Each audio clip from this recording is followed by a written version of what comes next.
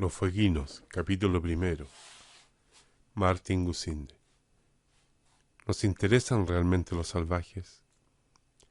¿Tiene importancia y justifica el esfuerzo que nosotros, miembros de la raza blanca, nos ocupemos actualmente de los pueblos en estado primitivo que viven en lejanas tierras? ¿O es mejor que dentro de nuestras respectivas patrias nos dediquemos al estudio de los pueblos primitivos desaparecidos hace ya miles de años? Desde los tiempos históricos más remotos han procurado las grandes naciones conocer con todo detalle los usos y costumbres, las razas y formas de vivir, las directrices económicas y las manifestaciones artísticas de los pueblos asentados cerca y lejos de sus fronteras. Todo lo que se había acumulado sobre estos temas desde la lejana antigüedad, en raras y esporádicas observaciones, lo empezó a distinguir y a clasificar el ordenado espíritu heleno. Heródoto, 400 años, 80 a menos 425 años antes de Jesucristo, el padre de la historia, emprendió un largo viaje a las regiones fronterizas de las zonas de influencia griega. Fue el primero que comparó las características raciales de las diferentes comarcas del entonces pequeño mundo conocido, tratando de sacar conclusiones sobre la significación política de cada uno de dichos pueblos. Continuando su pensamiento, manifestó Hipócrates, 460 al 377 a.C., que en una inmediata influencia del medio ambiente, esto es, del clima y del mar, paisaje montañoso o estepario, debían actuarse los hombres que en él viven. También Aristóteles, 384 al 322 antes de Jesucristo, uno de los más eminentes sabios y maestros de los pueblos europeos, ha tratado de comprender la situación del hombre en el mundo en el que vive, las diferentes formas de organización política y la abigarrada multiplicidad de diferencias corporales. Dedicó toda su atención al enigmático influjo de la herencia corporal y de las cualidades intelectuales congénitas o adquiridas, así como a las manifestaciones de degeneración o mestizaje. Que los romanos siguieron el ejemplo de los griegos en este campo de la ciencia se demuestra con los escritos del incansable viajero y geógrafo Estrabón de Capadocia, 62 al 21 antes de Jesucristo. Sobre todo los escritos de Tácito, fallecido hacia el 117 antes de Jesucristo, contienen valiosas informaciones etnológicas sobre los antepasados germánicos. Con la calificación de bárbaros, llamaban presuntuosamente griegos y romanos a todos los pueblos contemporáneos que se encontraban sin civilizar, teniéndose por muy superiores a ellos. De acuerdo con este general concepto, se presentaban a los pueblos extranjeros como ridículos seres fabulosos, provistos de las más inverosímiles deformaciones, atribuyéndoles los más horripilantes usos y las más repugnantes costumbres. Se les llegó a considerar como muy cerca de los animales. Hasta el humano Platón, 427 al 347 antes de Jesucristo, los creyó indignos de incluirlos en su estado ideal y utópico. El gran médico y viajero Galeno, 130 hasta el 250 antes de Jesucristo, afirmó que eran tan merecedores de figurar en sus escritos como los bueyes y los cerdos. El emperador Valentiniano prohibió bajo pena de muerte el casamiento entre romanos y bárbaros.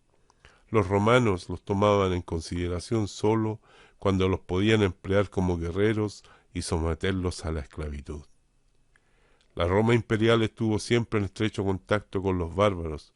Por ello les fue posible a los canteros perpetuar en los monumentos victoriosos de la época imperial y con la mayor fidelidad las características raciales y las particularidades etnológicas de los extranjeros por ellos subyugados. Aunque la antigüedad clásica no pudo llevar a cabo una verdadera clasificación de los pueblos y razas entonces conocidas, por lo menos atribuyó las diferencias entre ellos descubiertas como debidas a influencia de la herencia, clima y medio ambiente, y lo que es más digno de atención, sostuvo invariablemente la tesis de la unidad de todo el género humano. En siglos sucesivos los árabes en el espacio mediterráneo e Indonesia y los comerciantes alemanes, juntamente con los colonos en el noroeste de Europa, fueron ampliando el horizonte de la etnología. En todas partes fue teniendo una opinión importante, favorable y una valoración próxima a la realidad con respecto al folclore extranjero. Estas ideas y aspiraciones puestas en práctica por las cruzadas llevaron a representantes del occidente, principalmente a comerciantes y misioneros, por vía terrestre al lejano oriente, al imperio mongol y a la China. En combinación con ellos, hombres temerarios, los portugueses, consiguieron descubrir por vía marítima las Indias orientales, doblando el Cabo de Buena Esperanza, y por oeste los españoles el Nuevo Mundo.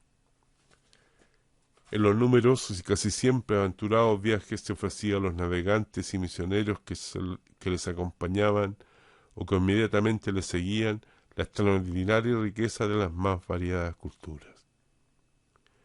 Todo el siglo XVI y el siglo XVII estuvo caracterizado por fuertes antagonismos nacionales. Faltó a los hombres de aquella época la sosegada reflexión y la tranquilidad necesaria para dedicarse al estudio de la manera de ser y costumbre de los pueblos extranjeros. De nuevo volvieron los europeos a considerarse tan superiores a los indígenas descubiertos en lejanas tierras, que fue necesario un breve del Papa en el que se declaraba a todos auténticos hombres y que como tales los tomaba bajo su protección.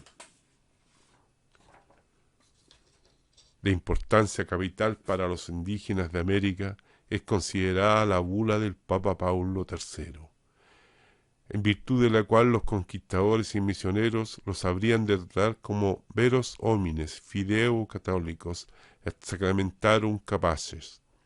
La autoridad del más alto magistrado de la Iglesia estigmatizó como falso e injusto el concepto de que los pueblos paganos eran engendros del demonio y por lo tanto indignos de la fe católica y de los santos sacramentos. Sorprendentemente rápido fue el cambio de la opinión general con respecto a la valoración de las comunidades primitivas y orientado precisamente en sentido contrario, sobre todo con referencia a los asentados en las islas del Mar del Sur. La llamada época de la Ilustración, con su pregonada defensa de los derechos universales humanos, llegó casi a glorificarlos por su supuesto estado de felicidad natural, describiendo sus condiciones de existencia encantadores y atrayentes cuadros fantásticos. Aquellas decenas de años estuvieron llenas del grito: volvamos a la naturaleza. Muy poco se avanzó en la refundación científica de tantas novedades y de tantas observaciones aisladas. Ahora bien, el siglo XVIII pudo vanagloriarse de haber enviado auténticas expediciones para la investigación metódica de determinados pueblos y zonas de la Tierra. Sin embargo, la ciencia no podía estacionarse en interpretar únicamente el estado cultural actual de tantos pueblos aislados. Así, poco a poco se procedió a la investigación de sus respectivos orígenes. Como con dichas investigaciones se ponía de manifiesto la existencia de importantes coincidencias entre diferentes pueblos, aunque estos viviesen a veces muy aislados unos de otros, y precisamente por ello, dichas asombrosas coincidencias requerían una urgente explicación. Hacia mediados del siglo XIX había mejorado tanto la opinión general sobre los pueblos europeos que llegaron a convertirse en los largos tiempos desconocidos pueblos bárbaros en objeto preferente de trabajos científicos. Con ello se fijaron los fundamentos para las diferentes ramas científicas de la etnología.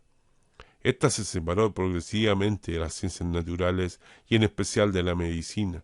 Finalmente delimitó con toda exactitud su propio campo de acción, el cual desde entonces cultiva con arreglo a un método adecuado y paulatinamente mejorado. Desde un principio existió claridad de conceptos sobre el objeto de la etnología. Abarcaba los valores culturales y las creaciones humanas de todos los pueblos, esto es,